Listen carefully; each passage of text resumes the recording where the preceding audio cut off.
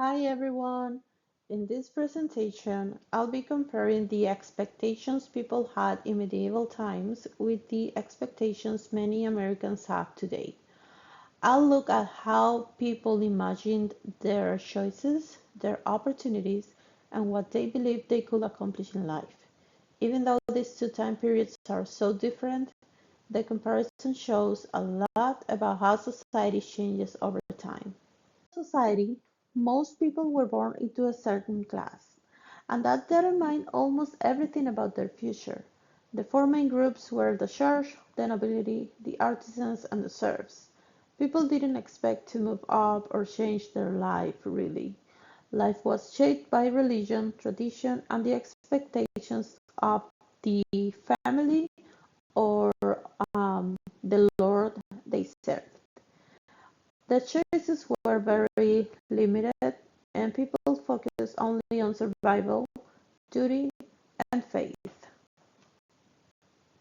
For people in the church, like monks, priests, or nuns, life revolved around prayer, study, and service. The church offered stability, food, and education, but it also required a strict life of obedience. People didn't expect to marry or to own land. Success in this path meant being devoted and disciplined.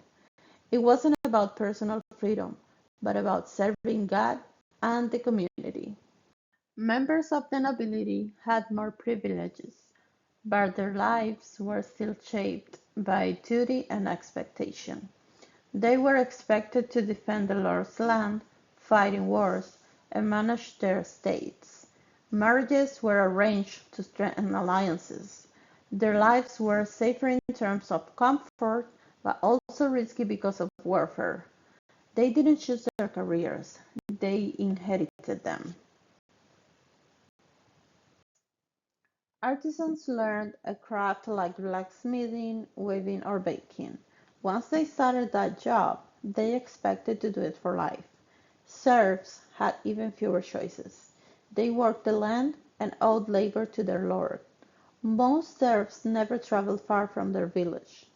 Their expectations were simple: food, shelter, protection, and a successful harvest. Changing your life path at that time was almost impossible. Today, many Americans grow up expecting to choose their own path: what career they want, where they want to live, and who they want to be. People believe they can change careers, travel, and reinvent themselves. Education is seen as the gateway to opportunity. Even with challenges like inequality or debt, the idea of having choices remains strong in the American culture. Medieval people expected to live the same type of life as their parents, with little room for change. Duty, obedience, and tradition shaped their future. In contrast, modern Americans often picture life based on personal goals and dreams. Even when life doesn't go as planned, people believe they can make new choices and start fresh. This idea simply didn't exist in medieval society. In medieval times, the church controlled education, law, culture, and everyday routines.